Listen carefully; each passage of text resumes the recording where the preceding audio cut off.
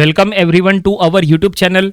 आज के वीडियो में फैक्टराइजेशन ये यूनिट का फिफ्थ प्रॉब्लम स्टडी करेंगे। तो क्वेश्चन आपके सामने है, देखिए यहाँ पे क्या लिखा है। क्वेश्चन में लिखा है फैक्टराइज द फॉलोइंग। यहाँ पे दो इक्वेशंस दिए हैं और ये दोनों इक्वेशंस को हमें फैक्टराइज करना है। तो चलो हम ये प्रॉब्लम सॉल्व करेंगे और प्रॉब्लम सॉल्व करने का टेक्निक बिल्कुल वैसा ही रहेगा जैसा हमने इसके पहले के प्रॉब्लम्स में यूज किए थे। तो ये दो इक्वेशंस को फैक्टराइज करते समय एक काम करो, हमारे साथ साथ आप लोग भी सॉल्व करो ताकि आपकी भी प्रैक्टिस हो जाए। ठीक है, तो बुक और पेन लेके बैठ जाओ और साथ में सॉल्व करो। तो पहला इक्वेशन हम यहां पे लेंगे। फर्स्ट इक्वेशन क्या दिया है? First equation A square plus twice A plus A B plus of twice B. ठीक है, ए बी के फॉर्म में इक्वेशन है।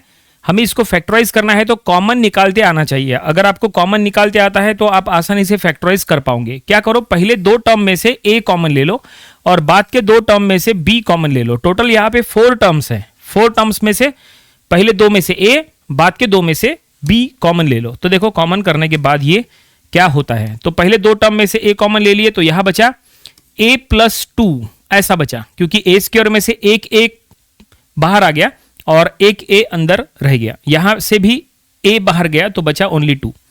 अब यहां से बी हम कर रहे कॉमन, तो यहां से बी बाहर गया तो बचा ए। देखो हम यहां बी कॉमन कर रहे हैं तो यहां बचा ए और यहां से बी कॉमन कर रहे हैं तो बचा 2। ठीक है, तो ये ब्रैकेट में a प्लस 2 है और ये ब्रैकेट में भी a प्लस 2 है। और अब ये जो ब्रैकेट है, ये ब्रैकेट कॉमन करने की बारी आ गई। देखो ब्रैकेट जो है दोनों इसमें है तो ये ब्रैकेट को ही कॉमन ले लो। तो देखो ब्रैकेट को कॉमन लिए तो क्या होता है, तो ये ब्रैकेट a प्लस 2 इसको हम कॉमन कर रहे हैं तो यहां से ये ब्रैकेट बाहर गया तो यहां बचा ओनली a और यहां से ये ब्रैकेट बाहर गया तो बचा ओनली b। इस तरह से, और ये आगे सॉल्व करने की जरूरत नहीं है, ये सफिशिएंट है। तो फाइनली फर्स्ट इक्वेशन जो हमें फैक्टराइज करना था ये हमने फैक्टराइज कर लिए, ये हमें रिजल्ट मिला है। ये फर्स्ट प्रॉब्लम सॉल्व हो गया। ठीक है, चलो सेकंड प्रॉब्लम हम सॉल्व करेंगे। उम्मीद करते हैं कि आप लोग भी सॉल्व कर रहे होंगे। ठीक है, सेकंड प्रॉब्लम हम लेंगे। सेकंड प्रॉब्लम जो है वो एक्स वाई जेड के फॉर्म में है।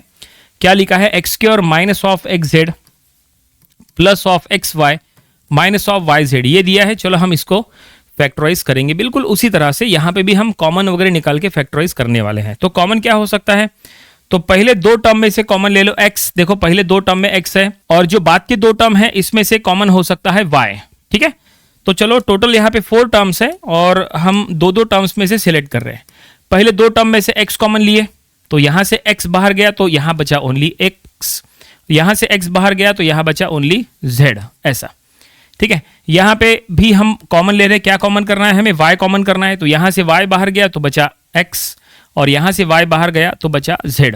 ठीक है, और बिल्कुल इसी तरह देखो इसके पहले के प्रॉब्लम में जैसे ये ब्रैकेट a प्लस 2 कॉमन निकाले थे, दोनों जगह ब्रैकेट सेम आया था। यहां पे भी दोनों जगह देखो दोनों टर्म्स में ब्रैकेट आया, इधर भी x माइनस जेड उधर भी x माइनस जेड। अब ये ब्रैकेट कॉमन ले लो, तो जब हम ब्रैकेट यहाँ पे कॉमन ले लेंगे, x माइनस जेड कॉमन ले लिए तो यहाँ पे बचा ओनली x और यहाँ पे x माइनस जेड ब्रैकेट बाहर चला गया कॉमन में तो बचा ओनली y। ठीक है, इस तरह से हमने फाइनली फैक्टराइज कर लिए। इसको और आगे सॉल्व करने की जरूरत नहीं है और यही हमारा रिक्वायर्ड रिजल्ट है, आंसर है, प्रॉब्लम कंप्लीट। उम्मीद करते हैं कि ये पूरा प्रॉब्लम आपको समझ में आया होगा। ये प्रॉब्लम आपको अपनी प्रैक्टिस बुक में जरूर सॉल्व करके देख लेना चाहिए। ये था फैक्टराइजेशन ये यूनिट का प्रॉब्लम नंबर 5। इसके पहले जो हमने इसके 4 प्रॉब्लम्स लिए थे वो भी आप स्टडी करिए और इसके आने वाले दिनों में हम इसके और भी नंबर ऑफ प्रॉब्लम्स कवर करेंगे ताकि इसकी और अच्छे से प्रैक्टिस हो जाए। तो मिलते हैं नेक्स्ट वीडियो में। Thank you very much.